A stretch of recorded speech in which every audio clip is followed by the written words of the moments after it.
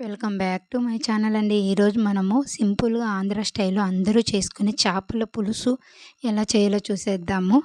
చూడండి, మొదట ఇలా ఆయిల్ వేసిన తర్వాత పచ్చిమిర్చి, ఆనియన్ మనము మిక్సీ పట్టుకొని అందులోనే కొంచెం కరివేపాకు వేసి పసుపు వేసి వేయించాలి. తర్వాత చేపల్ని ఇలా శుభ్రంగా కడిగి పక్కన పెట్టుకోవాలండి. బాగా మగ్గిన తర్వాత అందులోనే కొంచెం పసుపు వేసి మనము మసాలానైతే వేయించాలి. మనము చేపలు ఫ్రెష్‌గా కడిగేటప్పుడు ఇంకా బాగా ఫ్రెష్‌గా నీచు వాసన రాకుండా ఉండాలంటే చేపల పైన కల్లు ఉప్పు, అలాగే నిమ్మరసం పిండి కొంచెం ఒక 10 మినిట్స్ ఊరపెట్టి తర్వాత మనము వాటిని తోమితే చాలా నీట్‌గా వస్తాయండి చేపలు. అలాగే మనకు దుర్వాసన కూడా ఉండదు. చూడండి, ఇక్కడ ఆనియను, పచ్చిమిర్చి పేస్ట్ వేగిన తర్వాత అందులో ఫ్రెష్‌గా అల్లం వెల్లుల్లి పేస్టు తగినంత అయితే వేసుకున్నాను.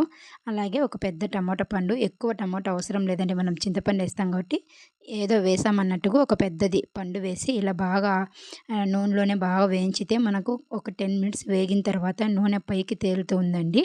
అప్పటి వరకు మనం మూత పెట్టి చూడండి, ఇలా బాగా వేగింది. నూనె మనకు కొంచెం కొంచెం బుడగలుగా కనపడుతుంది కదా! అలా వేగే వరకు మనము సిమ్‌లో పెట్టి కొంచెం మూత పెట్టి కలుపుతూ కలుపుతూ వేయించాలండి. అసలు నాకు చేపలంటేనే పడదండి. ఇప్పటికి మా వారి కోసము నేర్చుకున్నాను చేయడము. అంతే తప్ప నాకు చేపలంటే అస్సలు ఇప్పటికి స్మెల్ పడదు. చిన్నప్పటి నుంచి మటన్ అన్నా, చేపలన్నా ఏవి మాకు పడేవే కాదు. నాకు, మా అక్కకి అసలు ఇప్పటికి ఏమంటే ఇంట్లో వాళ్ళ కోసం చేయడం నేర్చుకున్నాం కానీ తినడం ఇంకా నేర్చుకోలేదు. చూడండి, టమాటా బాగా వేగి నూనె పైకి తేలాక అందులో కారం పొడి, అలాగే ధనియా పౌడరు వేసి మరో 2 మినిట్స్ బాగా మనము వేయించాలండి. వేయించిన తర్వాత మనం ముందుగానే అందులోకి తగినంత చింతపండుని బాగా నానబెట్టి ఇలా అయితే మనం చింతపండు పులుసు తీసి పెట్టుకోవాలి.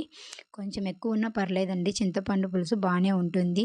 చిక్కని చింతపండు పులుసు బాగా తగినంత చింతపండు పులుసు పోసి అందులో మనం ఇప్పుడు ఉప్పు వేయాలండి.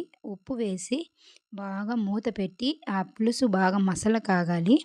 ఒక పొంగు, 2 పొంగులు బాగా మసల కాగిన తర్వాత ఇలా చూడండి ఎంత బాగా మనకు మసలుగా అవుతా ఉందో.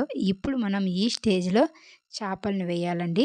చేపలను వేసి అలాగే మనము సిమ్‌లో పెట్టి ఒక మీడియం సైజులో పెట్టేసి చేప ముక్కలు వేసి మనం గరిటె పెట్టి అస్సలు కలపకూడదు చేపల కూర. 2 సైడ్స్ మనము పట్టుకొని బాండాని అలా ఊపినట్టుగా కుదపాలి. ఒక 15 మినిట్స్‌కి మీడియం ఫ్లేమ్‌లో పెడితే చేప బాగా మగ్గుతుంది. పూర్తి చల్లారిన తర్వాత చేపల కూర తినాలండి. లేదా అలాగే పెట్టేసి మనం నైట్ చేసిన కర్రీ అయితే మరుసటి రోజు మార్నింగ్‌కి ఇంకా చాలా బావుంటుంది. ఈసారి ఎలాగైనా ఇలా ట్రై చేసి చూడండి. చాలా అంటే చాలా రుచిగా, అందరూ ఈజీగా రాని వాళ్ళు కూడా మొట్టమొదటిసారిగా చేసే విధంగా ఉంటుంది ఈ కర్రీ. చాలా సింపుల్‌గా ఉంటుందండి. ఓకే అండి. Thank you for watching. అలాగే మీరు కనుక మొదటిసారి మన ఛానల్‌ని చూస్తున్నట్లయితే ప్లీజ్ మన ఛానల్‌ని సపోర్ట్ చేసి అలాగే షేర్ చేయండి. సబ్స్క్రైబ్ చేయడం మాత్రం అస్సలు మర్చిపోవద్దండి. ఓకే అండి. బాయ్. మరిన్ని వీడియోస్ అన్నీ మన ఛానల్‌లోకెళ్ళి చూడండి. Thank you for watching. చూడండి, లాస్ట్‌లో మనం దించే ముందర ఇలా కొత్తిమీర, కరివేపాకు వేసి దించేస్తే ఇంకా చాలా బావుంటుంది.